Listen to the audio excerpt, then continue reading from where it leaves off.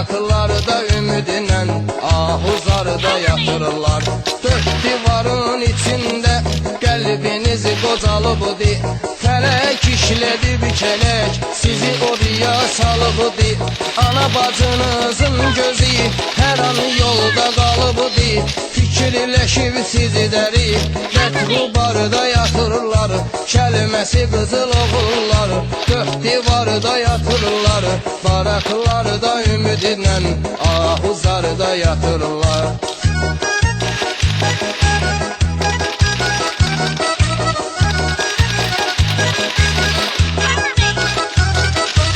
Azadlıq arzusuyla dustaq xəyala dalır, bu xəyalla qəlbinə 50 türə xal salır.